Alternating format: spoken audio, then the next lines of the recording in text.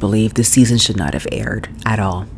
This season should not have aired. This is the most boring season ever. I don't know who in the world. Listen, I just think if when Netflix is editing a season, you know what they should do? They should look at it and be like, would the public like this? But during Black History Month, we're going to release an entire cast that's not diverse. And the people who watch the entire season of Love is Blind is a diverse group of people from all different walks of life. And then you have like 10 couples who are all white. But then also the people who enter the pods were diverse, but we got to see their stories. Like, what is going on? It's so painstakingly boring. If the fast forward button did not exist, I would not watch this show. I'm telling you right now. I would not. I'm gonna go couple by couple. My name is MJ. I do talk about TV shows and movies on this video podcast that is I'm about, and I'm about Love is Blind. Last season was painstakingly horrific. This one is painstakingly boring. Okay, even my sister, who was like really obsessed with Love is Blind, didn't even watch it this season. She watched the first episode, the first two of these episodes. She goes, deuces. So we're just gonna go couple by couple. We're just gonna go into it, girls. Okay. Joey Lavelle and Monica Dennis. This is the couple who danced their way in the pods. Like, Monica was the one who's like, oh, my dad danced like this, and then told Joey how to dance, like their hands like this, right? I don't know if they will work. I think I'm up to episode 9. I do think that they've teased that Monica says that Joey is not really into her in the way that she's into him. I believe that. I think some people do not really express their love like that. I think a lot of people are, and then again, he does say he does. I don't know. I just don't see them working. Monica's beautiful. Like, all the girls are beautiful. All the girls are very relatable. Like, all very relatable. But one of those like beautiful white people who are professional looking, and have like regular professional jobs. You know what I mean? And all of them are educated. I have nothing to say about Monica other than, girl, wash your damn laundry, because telling a guy who has ADHD that spiders grew in your pants that you left on the floor for days or months is disgusting. And the fact that you found it comfortable to share it on national television shows your character. That's weird. That's weird, girl. That's something I would keep here.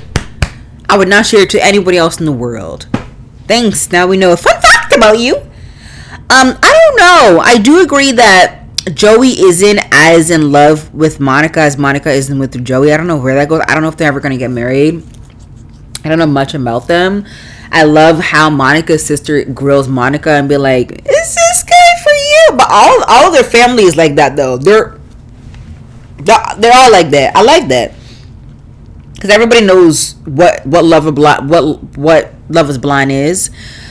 Devin and Virginia, I honestly thought they would have broken up by now. I love how Virginia goes prenup, assets, millionaire, different accounts. Like, she's on it when it comes to the finances. She don't play when it comes to finance, and I love that. Someone needs to steer the ship, and it looks like Devin is allowing Virginia to steer the ship. I think, honestly, it's quite normal to have prenups, especially if you're going on Love is Blind. You don't know if this is going to end up being what it is, and you're going to go into a marriage where half of what I built is going to go to you because I've known you for 2 weeks? Bruh, no. Are you joking? No. So I think it was like kind of normal to get prenups, because none of my stuff, my money, gonna go to you after we've known each other for a few weeks in this like experiment. You know what I mean? Like, that's normal to me. But it seems like Devin may not like it. I think Devin's family is adorable. I just don't see Devin and Virginia working out. Like, Virginia's a sweet girl. She's super educated, very smart, You know what I mean? Very sweet, kind of down to earth. I do think Devin likes a little bit of spicy. I do think it's, I don't know, but I know that they both love each other, but something is missing here. I think Devin wants something more, but they're a cute couple. Like, Virginia is like the sweet girl, but I'm still not seeing like the vulnerability that Devin craves from her, that he hasn't gotten from her in the pods yet. Maybe she shared something with him and we didn't catch it yet. But honestly, I don't see them tying the knot.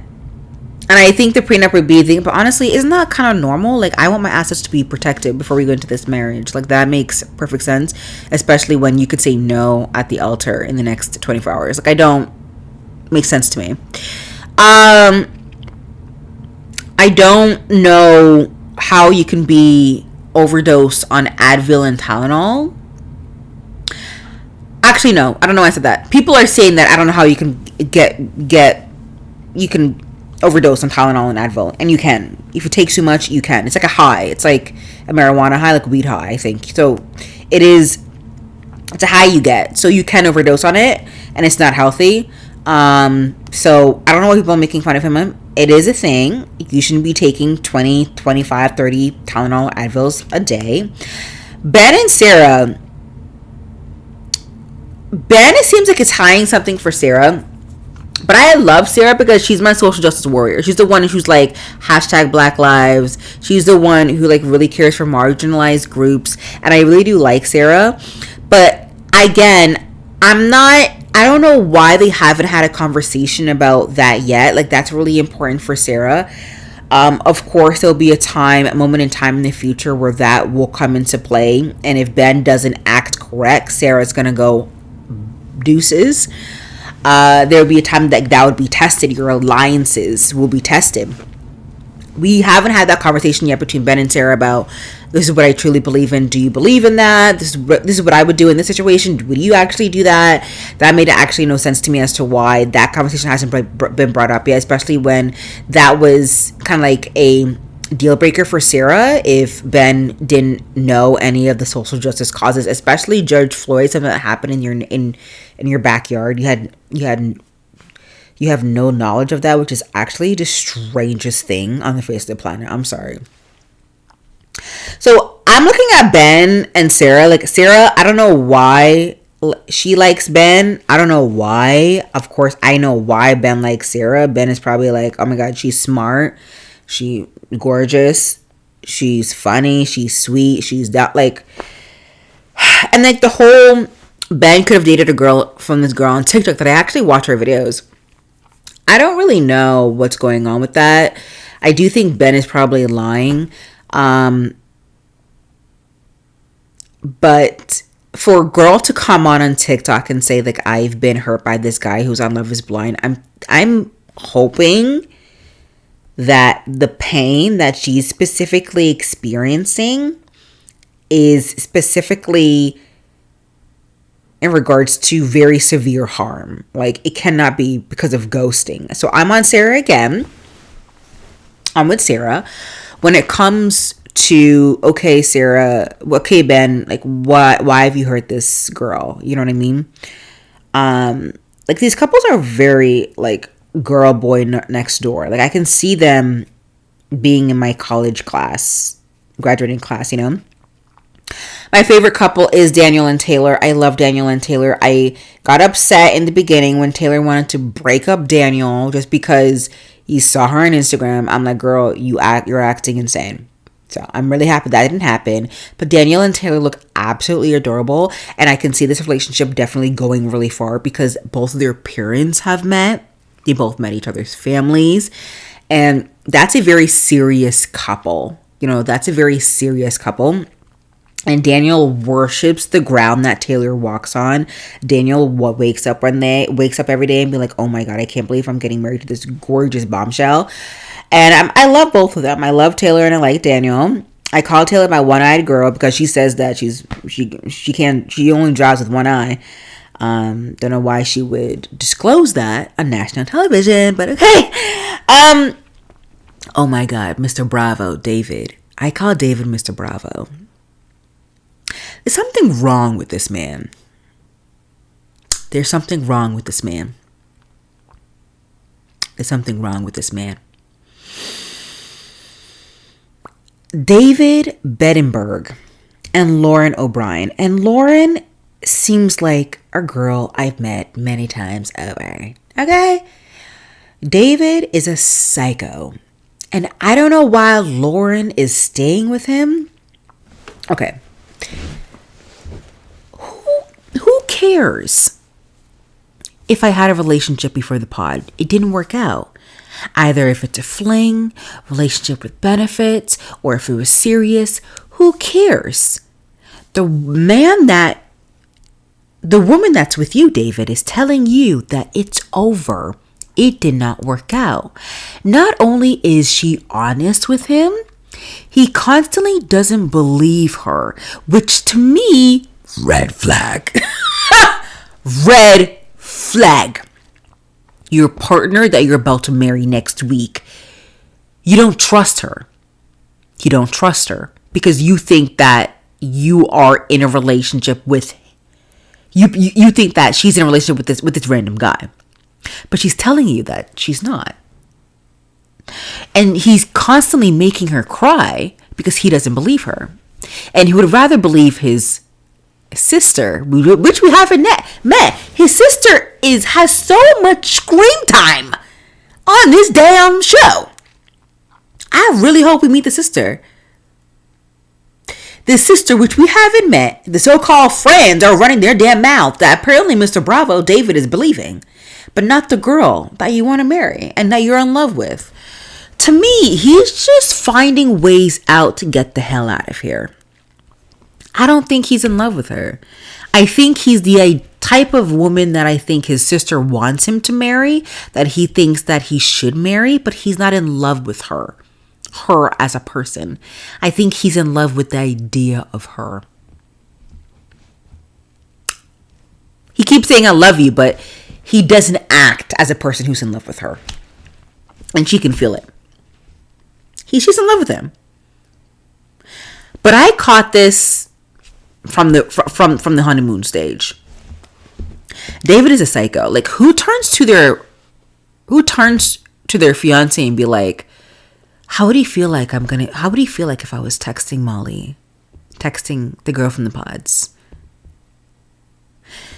He said that on the first episode of the honeymoon, and no one has clocked him since then. Like, we haven't gone back. Again, a lot of these deal breakers are not really talked about. The only couple who's really dealing with the deal breakers are Virginia and Davin. Virginia and Davin. The only ones. So there are other couples on this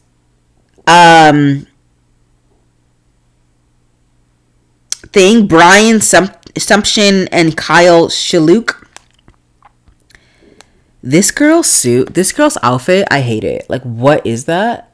I hate that. But anyways, she's coupled with a guy, which we don't see on air. Mo and Brittany ended up being engaged. I was a fan of Brittany. I really liked her.